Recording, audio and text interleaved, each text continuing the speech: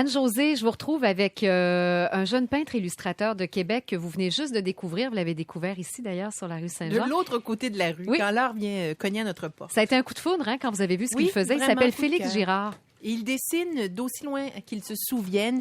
Il faut dire qu'il a grandi avec des parents eux-mêmes artistes peintres, Martin Bouchard et Suzanne Girard. Et d'ailleurs, ses œuvres ont une certaine parenté avec celle de son père et, selon Félix Girard, également avec celle de sa mère.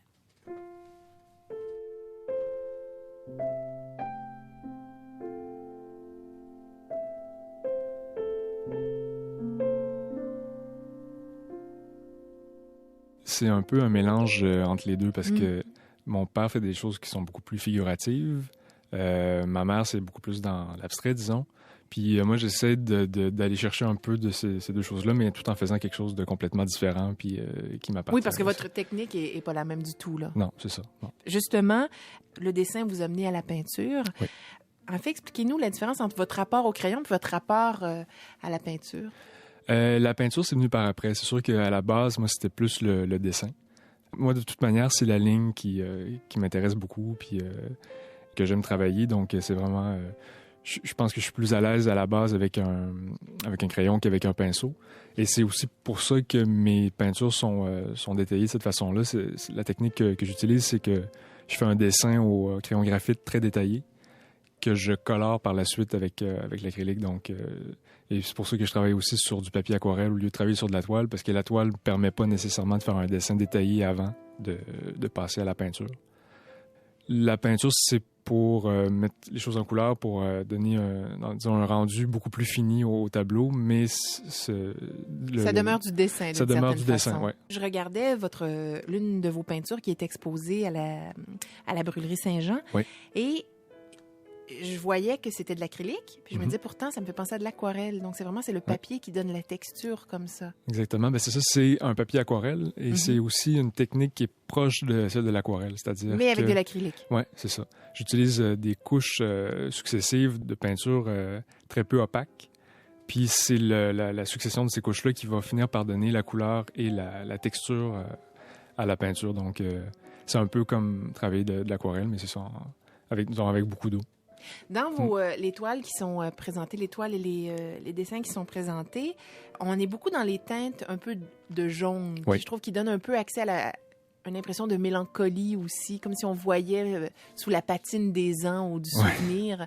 J'ai pas vu tous vos tableaux, j'ai pas vu toutes vos créations, mais est-ce que c'est représentatif de ce que vous créez? Tout à fait, oui. C'est une question de goût, je pense. C'est vraiment le jaune, l'ocre jaune, surtout, c'est une de mes couleurs préférées. Puis j'en utilise dans tous mes tableaux. Donc souvent, je termine même par ça. Je fais une espèce de lac d'ocre jaune. Je trouve que ça fait ressortir les couleurs. Puis je sais aussi que l'œil humain reconnaît plus le jaune que les autres couleurs. Donc je trouve que ça donne de la lumière en général au tableau.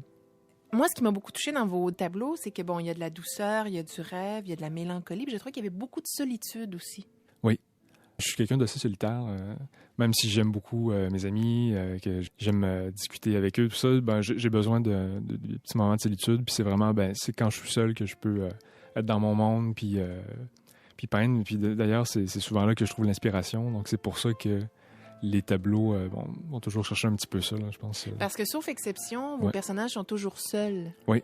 C'est vrai, il y a quelques tableaux, peut-être dans les plus anciens, où c'est plus des paysages avec plusieurs personnages, tout ça. Mais c'est vrai que même dans ces cas-là, c'est souvent des personnages qui sont un petit peu chacun dans leur bulle. Là. Il n'y a pas nécessairement beaucoup d'interaction entre eux, mais bon, je sais pas pourquoi exactement. Je pense que je me pose pas trop la question avant de faire un tableau, je me laisse aller, puis c'est ce que ça donne. Là. Je pense que j'aime bien, même quand je dessine plusieurs personnages sur un tableau, essayer de rentrer dans le personnage, je pense, puis de me mettre dans sa peau, de voir à quoi il pense, puis c'est ça. Donc, c'est vraiment c'est ce que ça donne. Là. Qu'est-ce qui vous inspire? À la base, je me suis beaucoup fait inspirer par la bande dessinée, puis en même temps, j'avais beaucoup de livres d'art chez moi quand j'étais jeune, parce que mes parents sont artistes peintres. Donc, c'est ces deux choses-là qui m'ont le plus inspiré quand j'étais jeune. Là, c'était les livres des grands maîtres et la bande dessinée. Puis je pense que j'ai fait un espèce de mix des deux. Là. Qui sont les peintres que vous aimez beaucoup? J'aime beaucoup Vermeer, Rembrandt, Dali, évidemment. J'ai un intérêt tout particulier pour Bruegel aussi, le peintre flamand.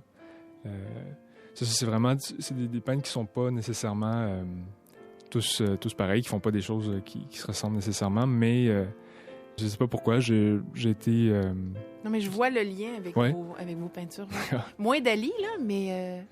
Oui, c'est ça. Dali, c'était plus le côté un peu surréaliste, là, d'aller prendre des éléments qui sont pas nécessairement...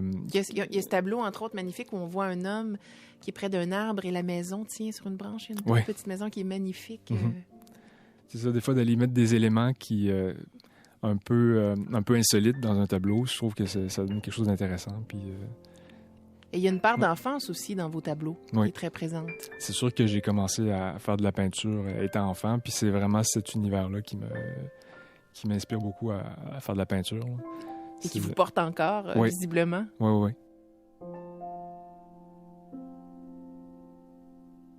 Alors voilà, Félix Girard, dont vous pouvez admirer les œuvres à la Brûlerie Saint-Jean jusqu'au 1er décembre au 2e étage. Il est également des ateliers ouverts au Petit Champlain jusqu'au mois de novembre. Il a d'ailleurs gagné le prix de la relève cette année comme artiste de la relève aux ateliers ouverts. Vous pouvez aller contempler ses œuvres également sur son site Internet. Je vous invite à le consulter.